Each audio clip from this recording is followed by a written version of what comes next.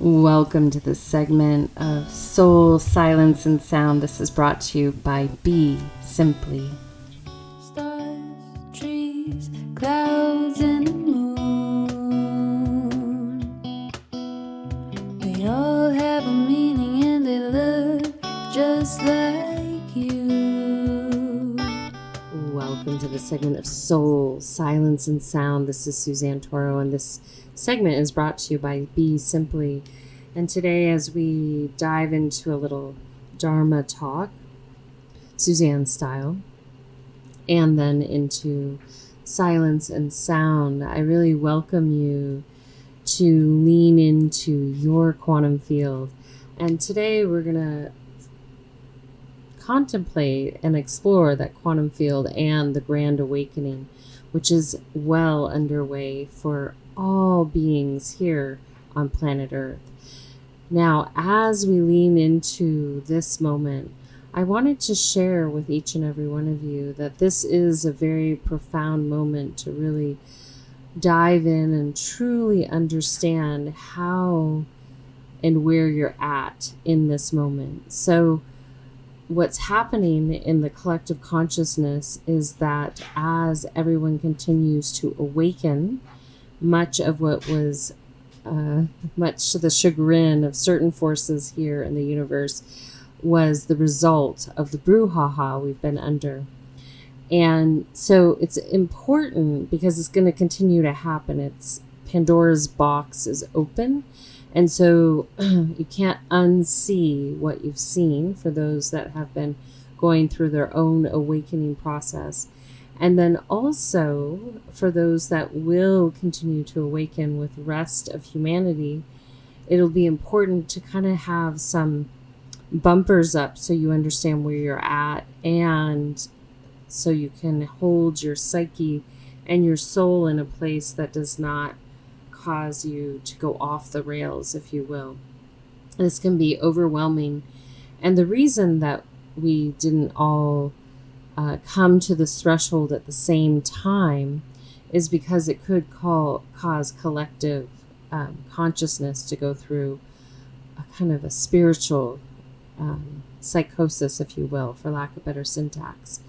So in this moment, as we continue to go through this awakening, we start to realize history that we didn't even know about. It's there. So I always say that we don't, no offense, Google, but we don't need you. It's all there. Everything that you think, speak, and do leaves an imprint. And it's an electromagnetic field, which I'm sure big tech has figured out many which ways. However, in a code of ethics, a cosmic code of ethics, it's inappropriate to look. That each self is like Buzz Lightyear and you are on your infinite path. And for those that you have karma with and intersect and resolve and transform and liberate, those are the only people that really have business with those karmic roads. Anyone else, an outside observer, has no business looking without permission. And I say, when you give someone permission to work with you on a psycho-spiritual level, that is a very sacred contract, and it's utilized in a way for the person that is being helped and guided so that they can evolve and transform and see things that maybe they're not aware of. It's not meant to snoop, spy, steal, all kinds of things.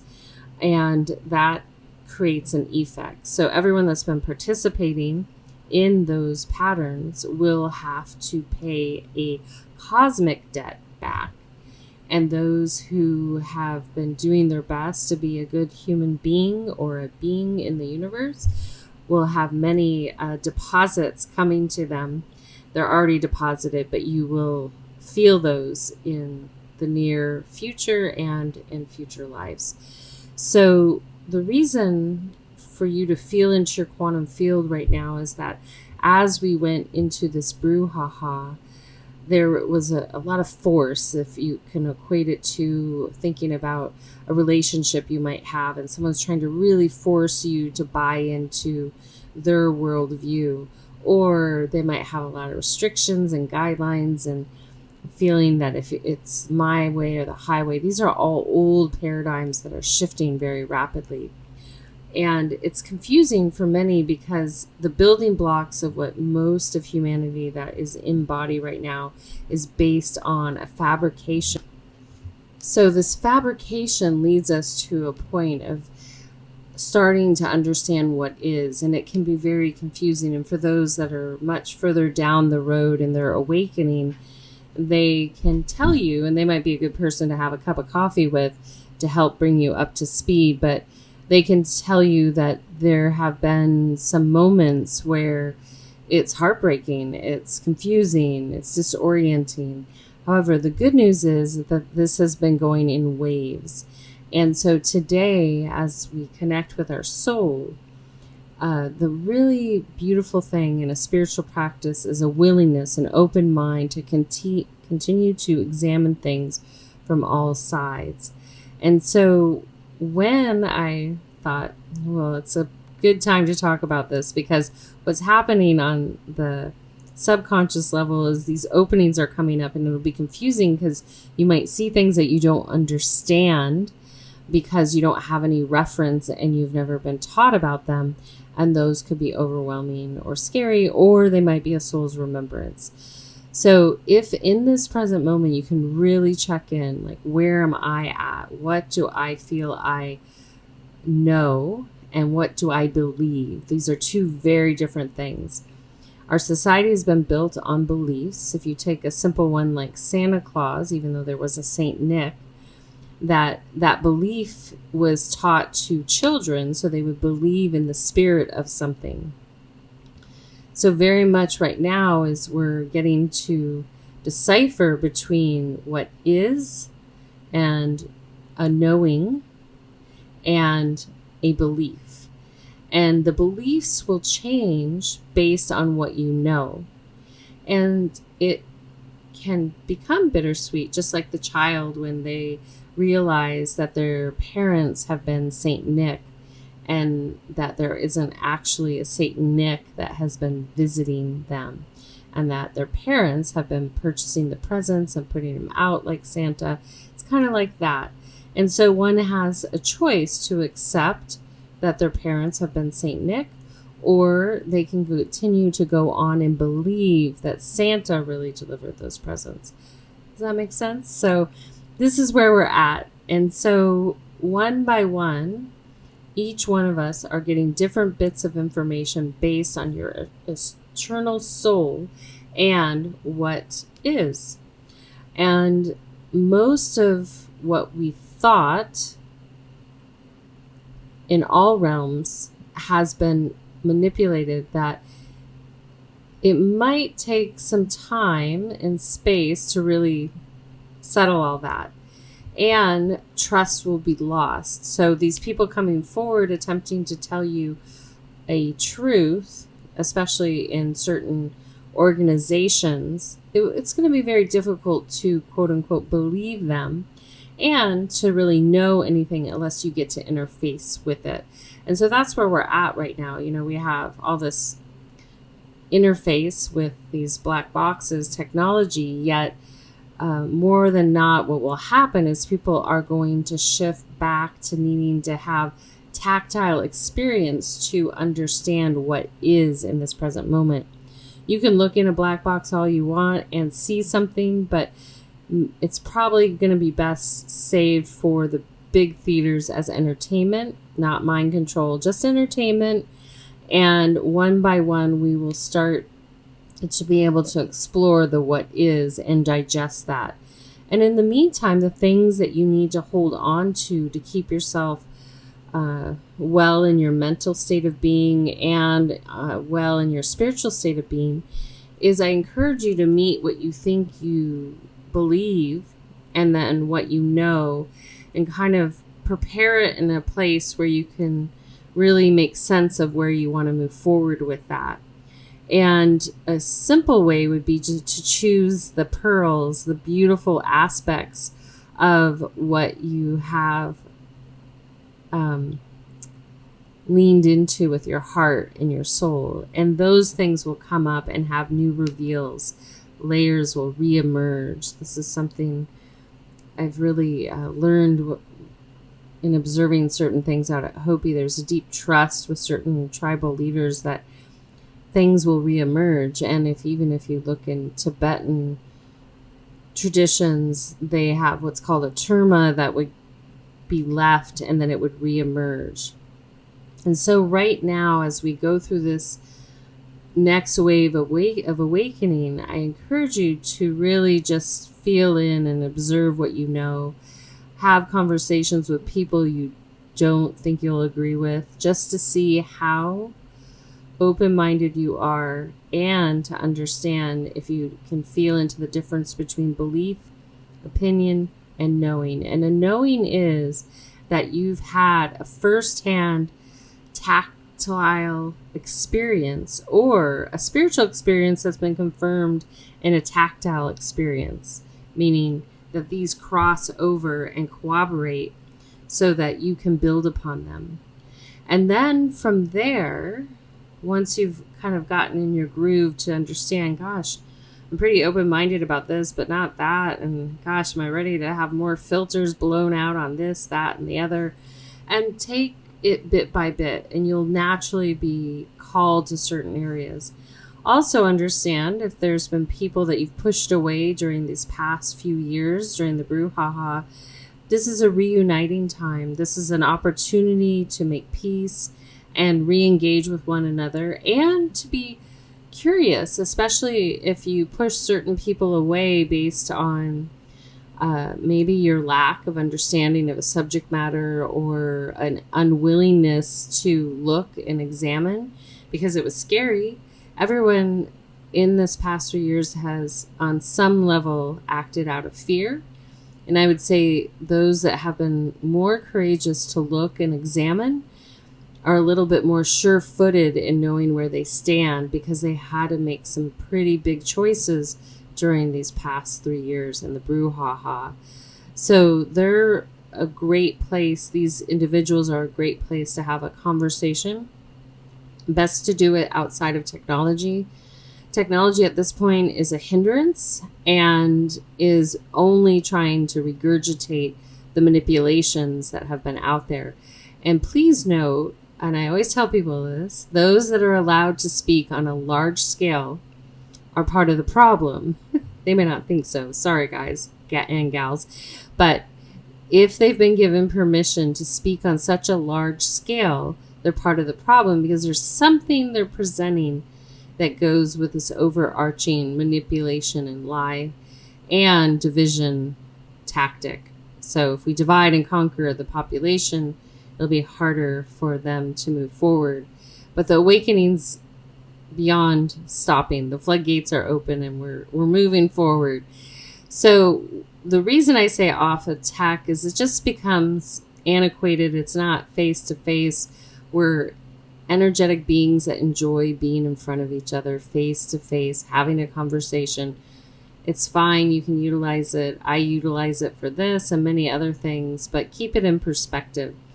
And at this point, if you're not aware, anything you're finding on there isn't going to be as solid unless you go to the way down in the search engine to find potentially some information that's grounded in many things. I'll leave it at that. So as you become more aware of where you are in your own individual awakening process, and this is individual and unique to you, then from there, we're going to welcome you to dive into your quantum field, because something interesting happened during this past 3 years is that a gap was created, similar to what happens in meditation, where it co-opted space from each and every one of us. And so really time doesn't exist, so you don't need to get so hung up on it. It's a little like a fever dream, the way I look at it. But it's really important because your quantum field is still moving forward. Now, the hard part is for many of us, myself included, there was a lot of crazy make that happened during this brouhaha. loss, confusion, division, separation, all these different kinds of things, crashing of people's businesses, all these things that impact by forcing humanity to go into this gap place. Now, the beautiful thing, like I said, is there's always a silver lining to potentially nefarious objectives, is that the counterbalance is, and the beauty is, the awakening. And that's what's occurred. So if I were you, those that like to act out Austin Powers movies, I would encourage you guys just to take a rest. Go on a vacation. Take a rest. Put your script down and relax, because humanity's got this. We're going to keep moving forward. And so as you start to feel into that, it's really important for you, also the ones that have gone through an awakening, to put down pointing the fingers at who you think are, quote unquote, the bad guys. This next era is about moving beyond duality. So you want to really lean into your quantum field, feel into where you're to create, where you're to place your energy. And also, when I say beyond duality, that means that there isn't a grasping for suffering the way we have known it. And this will be a process. I'm not promising it's going to be tomorrow or the next day. It may be like you go liquid and we wake up and there we are, all, working in our mastery. However it all shakes down, it's just important right now that you feel into your quantum field, feel into your soul, and feel into where you're to place your attention.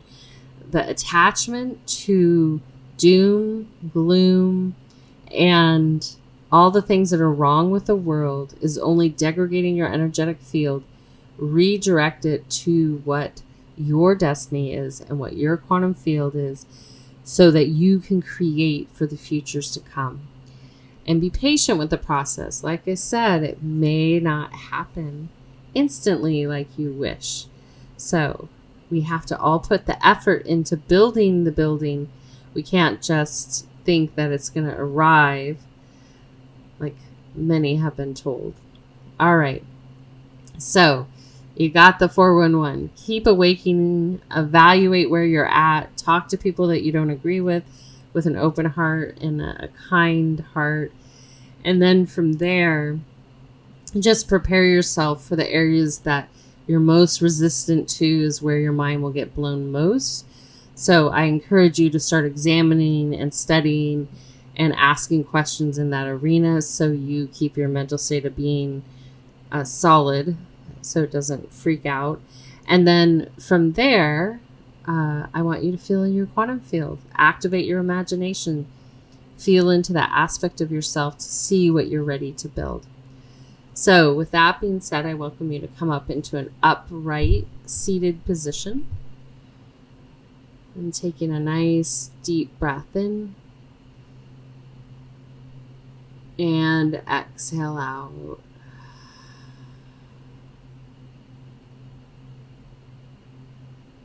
Again, inhale.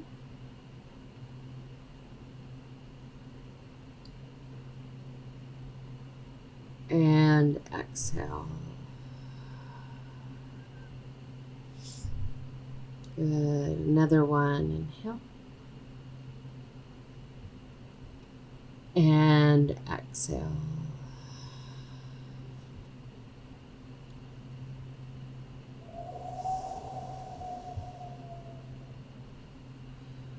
And just simply follow your breath. You get distracted, bring it back to observing the breath, and a soft gaze down in front of you will help you retain your focus.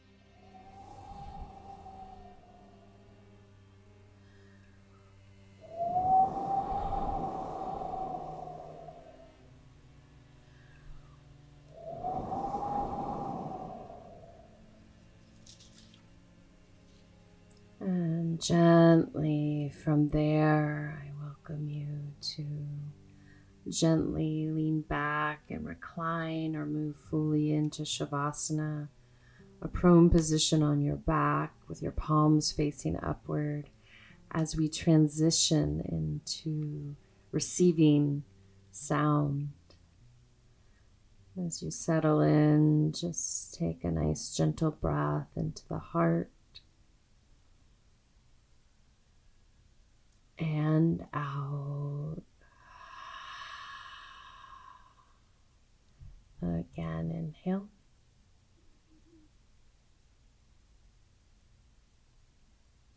And exhale.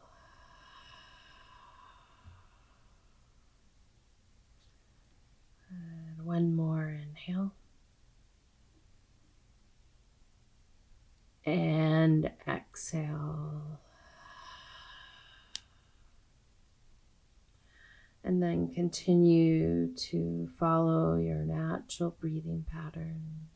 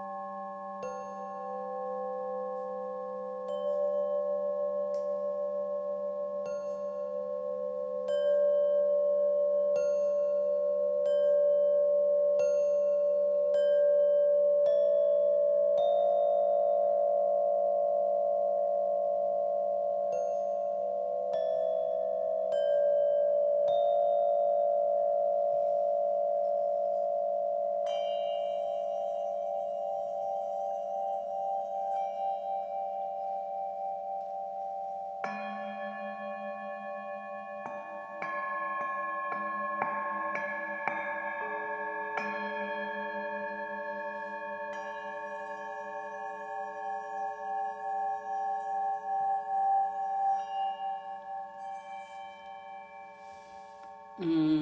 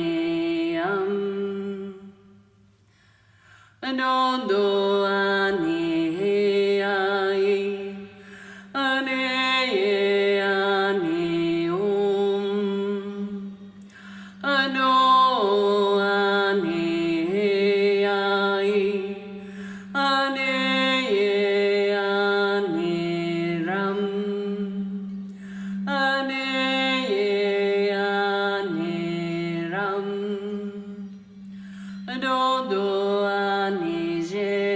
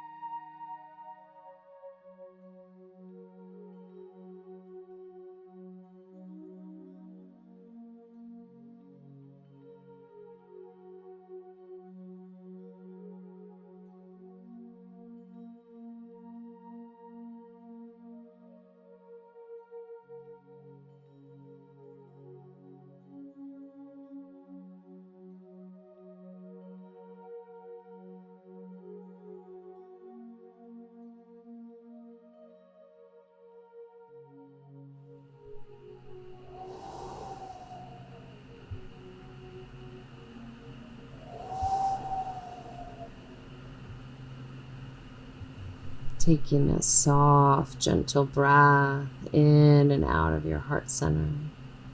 Gently breathing in and out.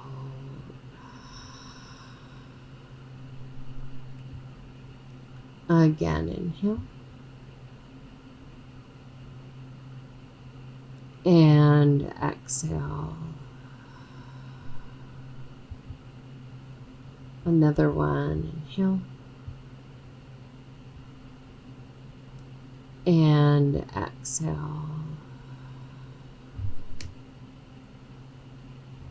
And then gently from there, following your natural breathing pattern,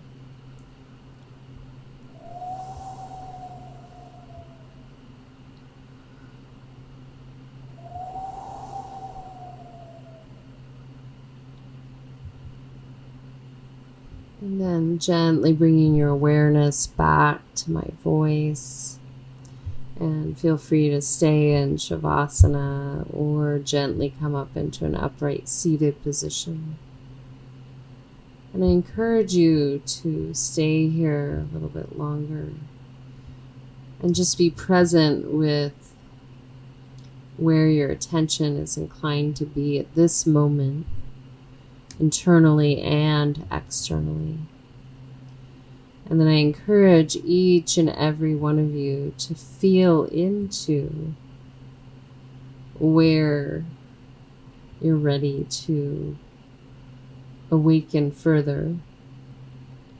and feel into that which you are destined to nourish, master, and build upon within your quantum field. As that continues to arrive, that is really the best place for you to put your attention. And as you continue to feed that energy, you will be pleasantly surprised as it continues to build and guide you.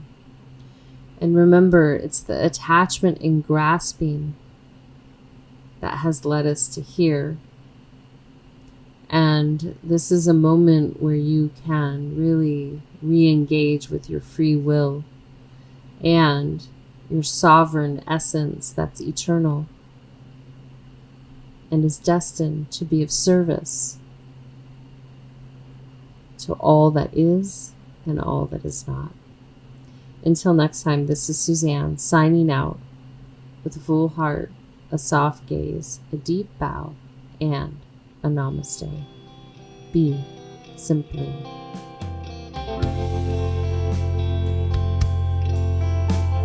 The sun shines through my window to wake me up. Still smiling about it, pouring coffee in my cup. Picturing your warm smile, that no storm could hide. 'Cause to me you're a sunbeam, and you can shine for miles. Yeah, to me you're a sunbeam, and you can shine for miles. The sun puts me to sleep as each day ends. See its colors in my dreams when I rest my head. Picturing your warm smile, that no storm could hide. 'Cause to me you're a sunbeam, and you can shine for miles. Yeah, to me you're a sunbeam, and you can shine